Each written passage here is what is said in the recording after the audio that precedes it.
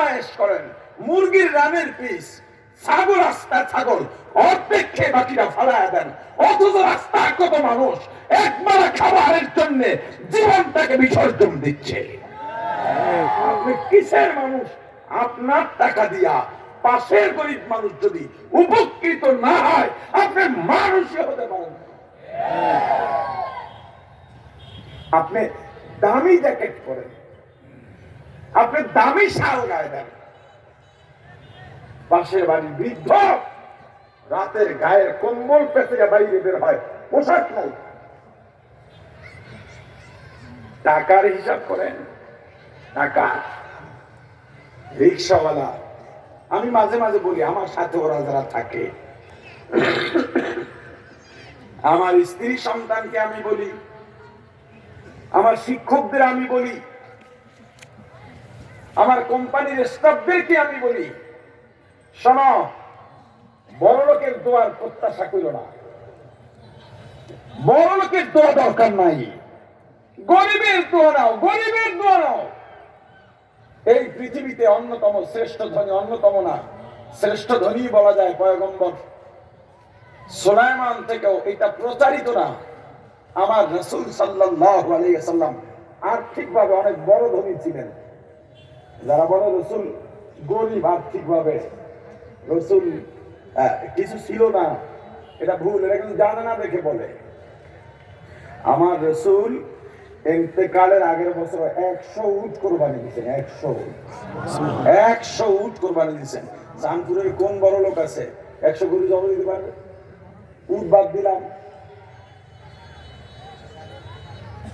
আমার 100 ছাগলও, শুধু ছাগল না, মানে উট তো আছেই, ছাগলের খবর আমার জেহেনে নাই। 100 উট কোরবানি দিয়েছেন, যদি ছাগলও হয় সাথে 100 ছাগল। কি বলছেন? আদর মেয়া কথার মধ্যে বাড়তি কথা বলেন, ওটা কনফিউজ করে দেন কেন? তাহলে আর্থিক গরিব আর কথা বলে না। আমার রাসূল কষ্ট করছেন কেন? হুজুর কোনো কিছু জমাইতেন না, আর সবসময় দোয়া করতেন, আল্লাহ আমাকে গরিবদের সাথে হাসর নাসর করাইও।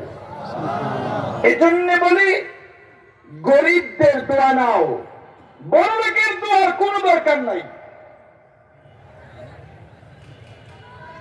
এটা গরিবের দোয়াকে গুরুত্ব দিতে গিয়ে বলছি দরকার নাই, আসলে দরকার আছে।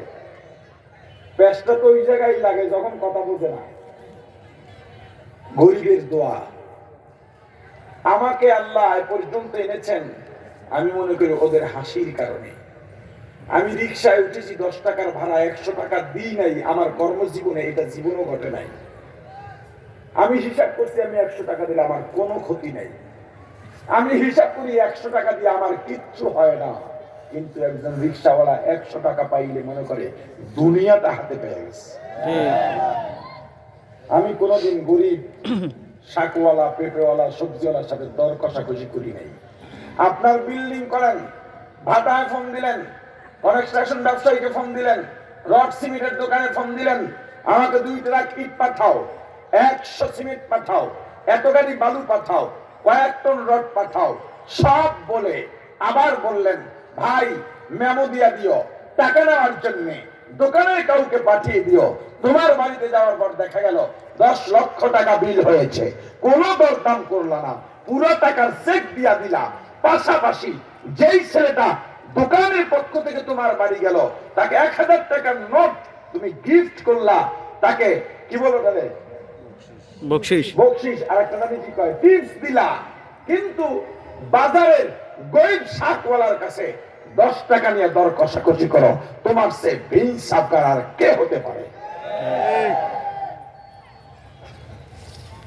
একজন বৃদ্ধ মানুষ হাত বাড়াইছে ভিক্ষা করে, এটা তার পেশা হতে পারে, অভ্যাস খারাপ এজন্য হতে পারে, কিন্তু লোকটা বৃদ্ধ, না দিতে পারলে অপমান করবে না, গরিবকে অপমান করবে না, পারলে তার সাথে গিয়ে পাঠ লও।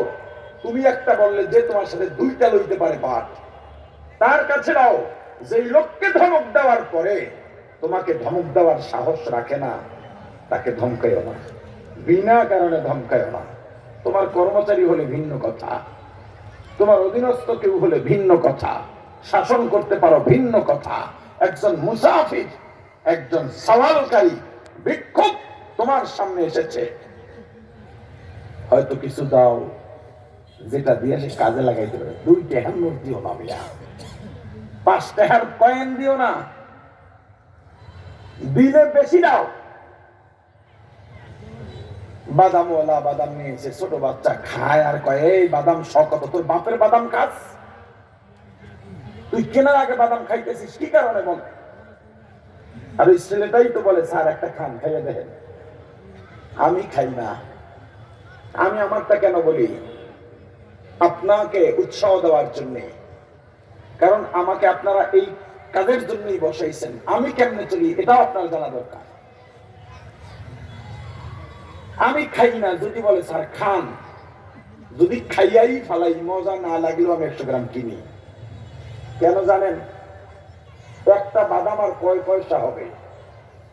আমার কাছে তো একটা বাদাম, ওই ছেলেটার কাছে একটা স্বর্ণের বার। ওইটা একটা বাদাম মানে একটা স্বর্ণের বার। আমি একটা খেয়ে যখন চলে আসি, ও আমাকে খাইতে বলে কেন? মানুষের ভাষা বোঝার চেষ্টা করো। ও খাইতে বলে, আমি খাইয়া যেন 100 গ্রাম কিনি। খাওয়ার পরে না কিনলে ওর অন্তরটা ভেঙে যায়। আমি 100 গ্রাম কিনি, আমি তো খাবো না জানি, কিনি, বলি ভাই একটা যে খাইছি মাত্র এটা কমায় দিও, আরো 2-3টা বেশি দিয়া দেয়, দিক, এটা তার ব্যাপার, আমার দায়িত্ব আমি পালন করলাম।